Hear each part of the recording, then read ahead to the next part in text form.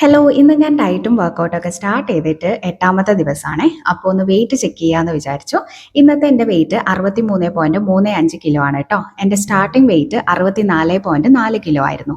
നിങ്ങളുടെ ആരുടെയെങ്കിലും വെയിറ്റ് കുറഞ്ഞിട്ടില്ല എന്നുണ്ടെങ്കിൽ എനിക്ക് പറയാനുള്ളത്, നമ്മൾ ഫോക്കസ് ചെയ്യേണ്ടത് ഈ ഒരു വെയിങ് മെഷീനിൽ കാണിക്കുന്ന നമ്പേഴ്സ് അല്ല കേട്ടോ.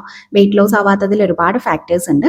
നമ്മുടെ ബോഡിയിൽ വാട്ടർ റിട്ടൻഷൻ ഉണ്ടെങ്കിൽ, അതേപോലെ പ്രോപ്പർ സ്ലീപ്പ് കിട്ടിയിട്ടില്ല എന്നുണ്ടെങ്കിൽ, ഫുഡൊന്നും പ്രോപ്പറായിട്ട് ഡൈജസ്റ്റ് ആയിട്ടില്ല എന്നുണ്ടെങ്കിലൊന്നും വെയിറ്റ് കുറയില്ല. അതേപോലെ ഹോർമോണൽ ഇംബാലൻസ് ഉണ്ടെങ്കിലും വെയിറ്റ് കൂടുതൽ കാണിക്കും.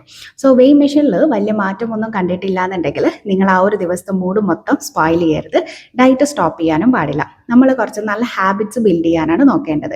Drink 3 liters of water daily, 6 to 7 hours ഉറങ്ങുക, പ്രോപ്പർ ബാലൻസ്ഡ് മീൽസ് കഴിക്കുക, ഒരു ദിവസം എന്തെങ്കിലും ആക്ടിവിറ്റി ചെയ്യുക, ലൈക്ക് വാക്കിങ്ങോ വർക്കൗട്ടോ ചെയ്യാം. ഇങ്ങനെ കൺസിസ്റ്റൻ്റ് ആയിട്ട് ഫോളോ ചെയ്താൽ അതിൻ്റെ റിസൾട്ട് നമ്മുടെ ബോഡിയിൽ കാണിക്കും.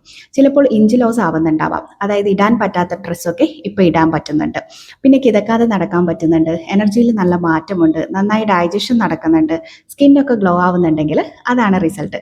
അതുകൊണ്ട് നമുക്ക് വേണ്ടത് ലൈഫ് സ്റ്റൈൽ അപ്ഗ്രേഡ് ആണ് കേട്ടോ. അപ്പോൾ ഇന്നത്തെ വീഡിയോ ഇത്രയേ ഉള്ളൂ. നമുക്ക് നാളെ കാണാം. ബൈ.